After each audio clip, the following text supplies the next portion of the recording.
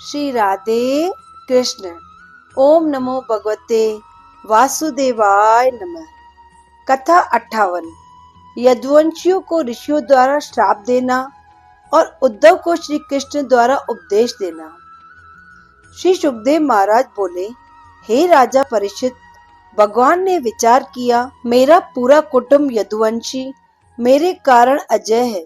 इसके लिए अब वे सब अहंकारी होने लगे हैं और मर्यादाओं का ध्यान भी नहीं रख रहे, इसलिए उन्हें भी शांत करना जरूरी है। हे परीक्षित, प्रभु सर्वशक्तिमान और सत्य संकल्प है। उस वक्त द्वारकापुरी में बड़े बड़े ऋषि मुनि आए हुए थे। श्री कृष्ण स्वयं उनकी सेवा किया करते थे। एक दिन श्री कृष्ण ने उनसे कहा कि हे ऋषियों, आपके आने से सारी द्वारकापुरी पवित्र हो गई है, पर आपको भी अपनी तपस्या और पूजा के लिए एकांत की जरूरत होगी। इसलिए आप सभी द्वारकापुरी के पास दूसरे एकांत क्षेत्र में निवास करो, जहां पर आपके लिए सारी व्यवस्था कर दी गई है। फिर सभी ऋषि वहां जाकर रहने लगे।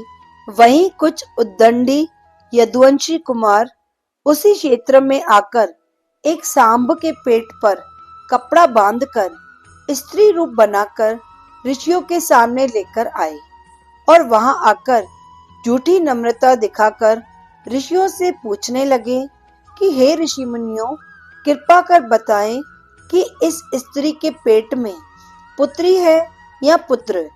कुमारों का यह मजाक देख दुर्वासा ऋषि क्रोध में आ गए और उन्होंने कहा, अरे मूर्खों, इसमें से एक लोहे का टुकड़ा निकलेगा जो तुम्हारे पूरे कुल का नाश करेगा। देव मुनियों की बात सुन सभी कुमार घबरा गए और एकदम से सांब के कपड़े हटाकर देखा तो लोहे का टुकड़ा निकल आया।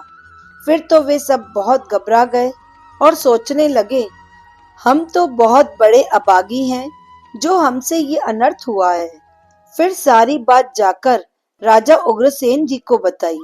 राजा उग्रसेन जी बहुत डर गए, पर कृष्ण जी को कुछ भी नहीं बताया और उस लोहे का चूरा करवाकर समुद्र में बहा दिया और जो आखिरी टुकड़ा बचा वो भी समुद्र में ही डाल दिया।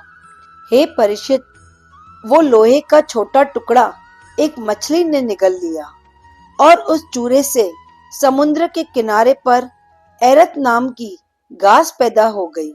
देखो प्रभु की लीला कैसे कैसे रूप बनाती है।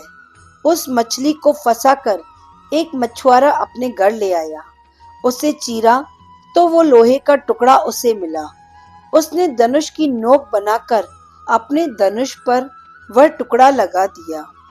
श्री कृष्ण तो ज्ञानी ज्ञान थे, इसीलिए उद्धव भगत की विनती सुन श्री कृष्ण ने कहा, हे उद्धव, दुर्वासा ऋषि के श्राप के कारण 7 दिनों में सारे यादव समाप्त हो जाएंगे और द्वारकापुरी भी समुद्र में डूब जाएगी। मैं भी योग अभ्यास के साथ वेंकट चला जाऊंगा। इसलिए हे उद्धव, तू भी मोह छोड़कर मेरे चरणों का ध्यान कर।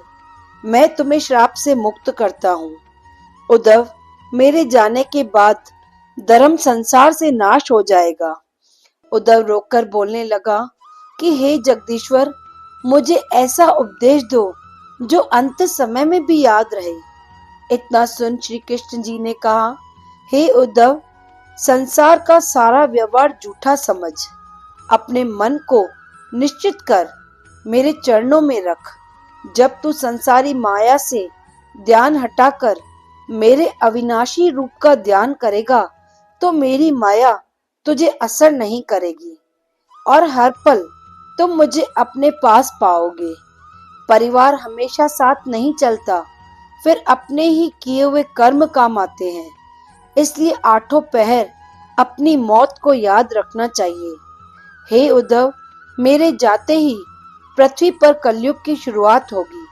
मनुष्य की आत्मा ही उसका अपना गुरु होगी, जिससे वो अपनी अच्छाई और बुराई समझ पाएगा। इस तरह श्री कृष्ण जी ने उद्धव जी को उपदेश दिया। बोलो श्री राधे कृष्ण। ओम नमो भगवते वासुदेवाय नमः।